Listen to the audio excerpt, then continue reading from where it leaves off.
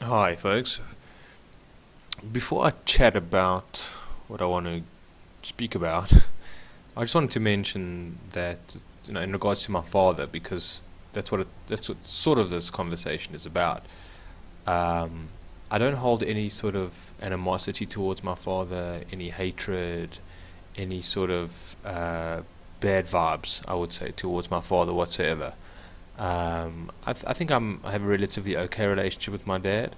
Um, and that's fine. And again, this is not about blaming him or at all whatsoever, or I'm disappointed or anything like that, or any sort of revenge or something, heaven forbid, of that sort, or whatever it is, or like just something or other. This is simply from just giving you an example for myself of what I find lurks in my shadow, or within the sort of my psyche, in my subconscious, in a way.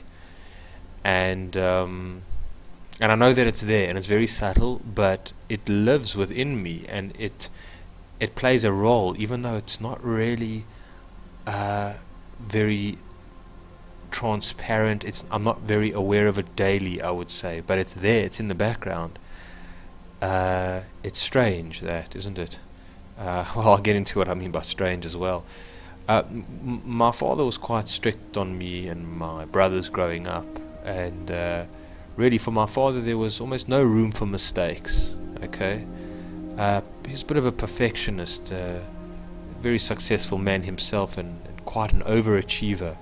I don't think there was many things that my father couldn't sort of, if he put his mind to, that he couldn't achieve at. Okay, and he possibly also wanted that for his children as well, but I don't know, somewhere it didn't come through so clearly in from that intention. I don't know. That's besides the point. What I found was that I had a massive fear about my father. I had a massive fear about not getting good grades. I had a massive fear about like not being as religious and committed to the religion as he would have liked. I just I felt a failure in his eyes. I could never fill up to his expectations or walk in his shoes, if you will, and I could never really um, amount to sort of the success or sort of the high opinions that other people had of him. That I mean, so I couldn't have the same high opinions. I remember once he told me that he was friendly with a guy. I don't want to get into too much detail here, but at university, and him and this guy at university used to be sort of challenge each other who could get better grades, and my father would 9 out of 10 times beat this other guy, and now this other guy's son was in my class, and my father would be like, I tried so hard, at beating this guy, and getting such good grades, and I did, and now his son is like the top of the class, and you are I was basically, he didn't really say this, but it's how I felt, like, you're at the bottom of the class. It's like you don't even stand a chance, and he's way ahead of you, and it's like, come on, man, pull up your socks or something like that. And whatever it is. So for myself, I was afraid. There was a lot of my upbringing, childhood. I felt very afraid of stepping out of the boundaries, or stepping out of the um, the expectations, or not meeting the expectations, or doing something wrong, folks. Like doing something wrong, especially like when it came to the religion. We had a lot of laws that we had to keep. I was raised Jewish. And so there's so many laws. I mean, just for about everything, almost how you blow your nose or something like that. I'm joking, but it's very, very strict. And so there was just like no ways that I could remember and keep up with all the rules, especially for myself being quite a free-spirited child. And so I would bend and break and cheat and whatever it is, and I would get in trouble for it, and I would upset my dad, and I'd possibly embarrass my father. I remember when I was in synagogue, and I used to misbehave, and the other people at the synagogue, the shul as they call it, the other people of the community would, his friends and adults would see my behavior, and it would be sort of public. I remember one time it was a Jewish celebration. of some kind, a festival, a Jewish holiday, and there's drinking involved for most of the adults. Not heavy drinking, but like, it's time for celebration. And I must have been about maybe 13 years old or something, and I just got pissed drunk. I didn't even know what I was doing. I didn't even know what really drunk was. It was just beers around, and I was just picking them up off the table and just zooping them back and whatever it was. And I remember that he had to sort of, carry me, home over his shoulder. And while I had to stop, because you're not allowed to drive cars, so you're not allowed to drive a car on the high holidays and whatever the festive seasons.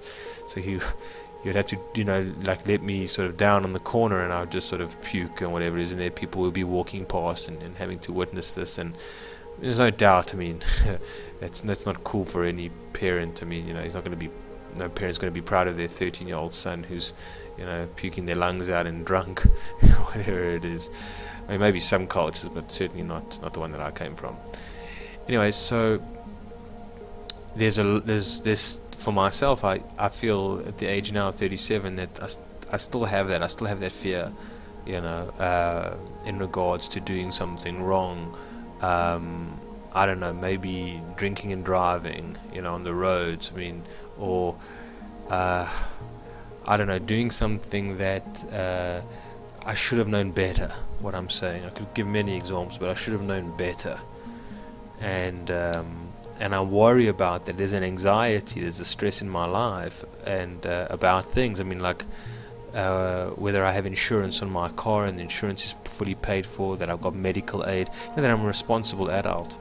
And I try and be as responsible as possible, but I certainly am not the sort of the perfect citizen, or a member of society. Let's say I'm not none of that at all. And I think there is a part of me that feels still that I'm letting him down. And my father's not the same man as he was when I was growing up, and I know that my father just really would like for me to be happy.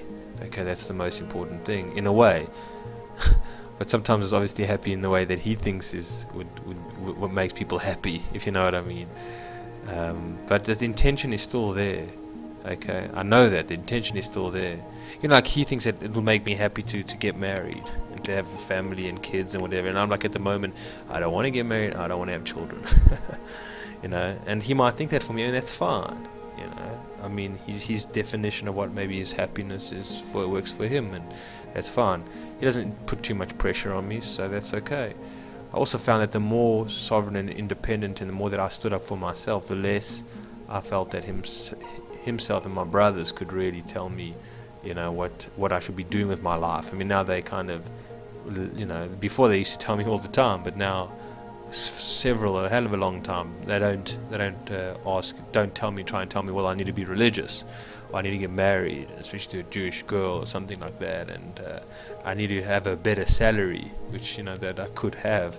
But again, that's it. I live on a salary that I'm able to sort of be able to work and do what I need to do in my own time. I'm not a workaholic.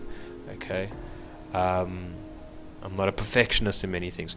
And so what I'm saying is that I realize that there is still a fear, and sometimes it motivates me to keep all my ducks in a row and my T's crossed and my I's dotted or something, but to an almost sometimes unhealthy way. Like I have this fear still of like slipping up, and like what would my father say to me? Having him that sort of almost trauma sometimes when I was a child, at him coming up to me and at the end of school when I maybe got not expelled, so maybe sometimes like I failed a grade or almost a year, or I did something or other, I don't know, I played a practical joke on the teacher or something or other, or maybe I don't know, I was giving my mother a hard time when and when my father came home from work, he would bring out the bring it all out. There was no abuse, there was no physical abuse. There was smacking, whatever it is, with the hand, or some shaking around, what's wrong with you type of thing, but there was nothing physical, there was nothing really, maybe verbal, I can't really remember. I think so, but not in a direct way. He wasn't a vicious or evil or malicious kind of guy.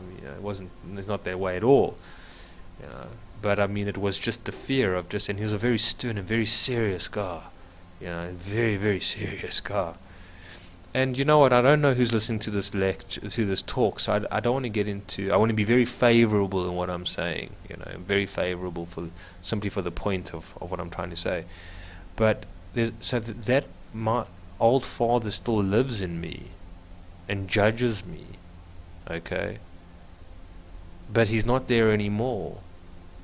Okay. And I have a feeling when I walk through life that there is something there that's like, sort of looking at me or observing, or not that my father was really observing, or that there was that the potential of me doing something stupid, all right, or messing up, or not paying attention to something, or not having insurance, okay, let's say on my car or whatever it is, and then something happens, and then my father comes up and says, well, what were you thinking? And he may say that still in a way, and he'll be upset, but then he'll be fine with it.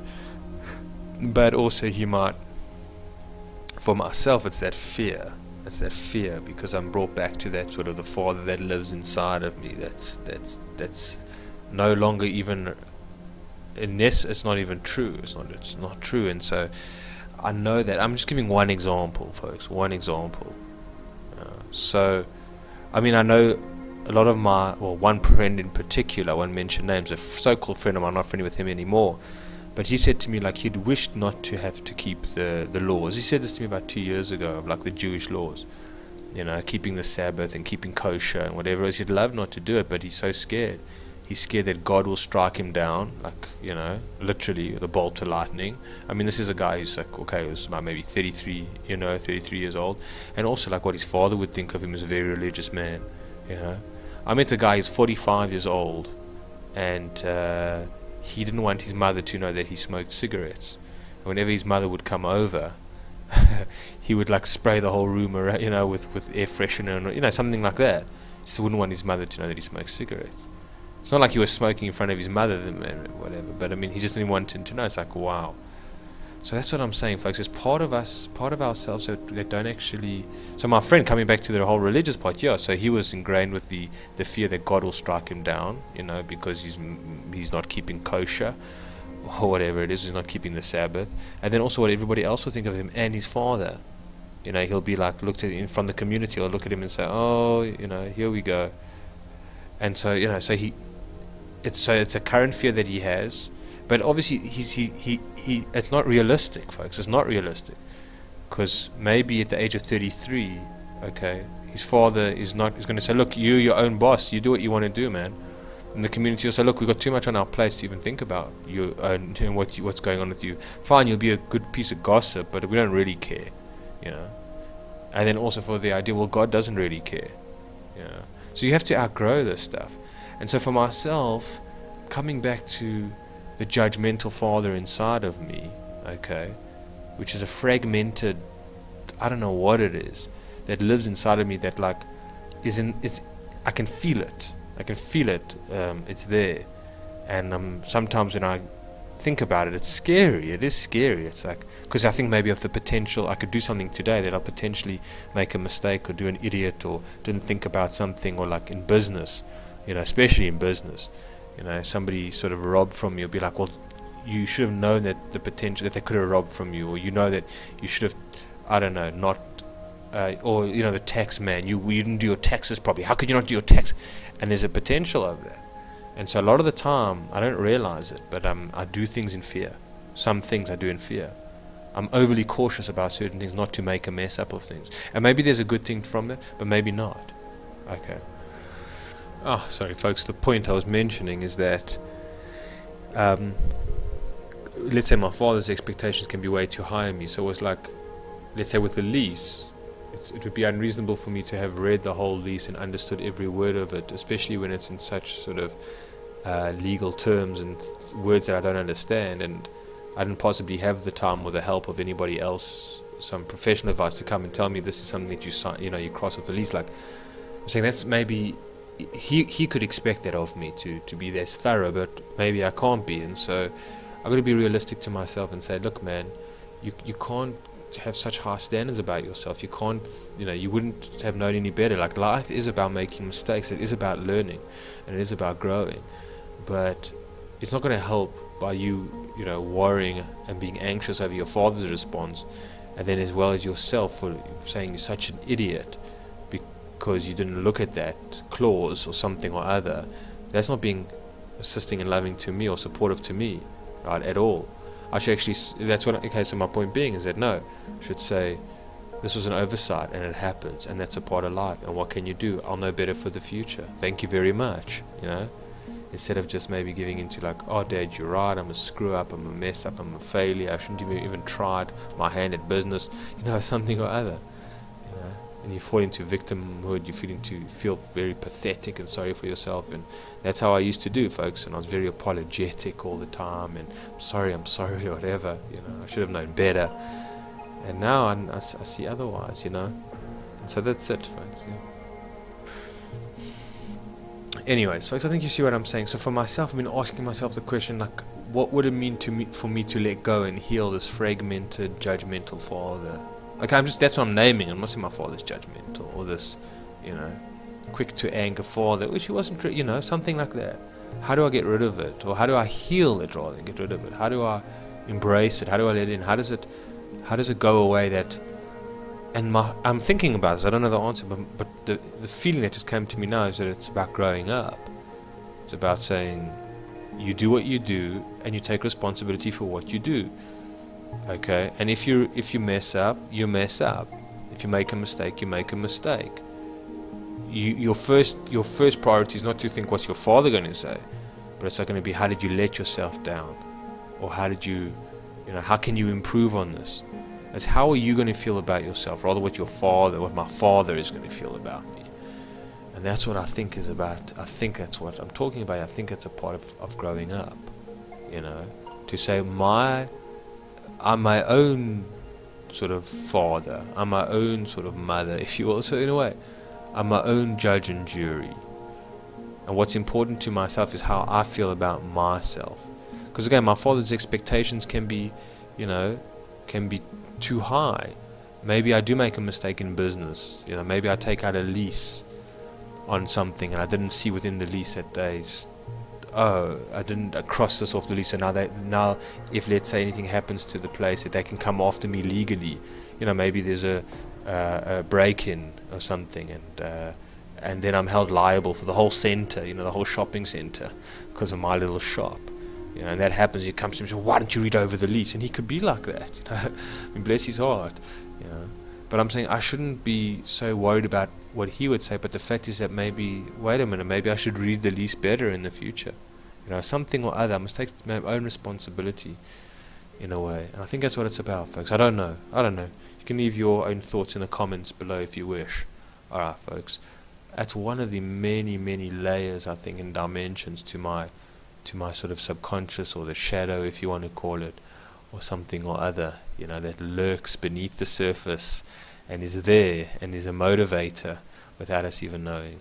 Alright, folks, we'll chat soon. Take care.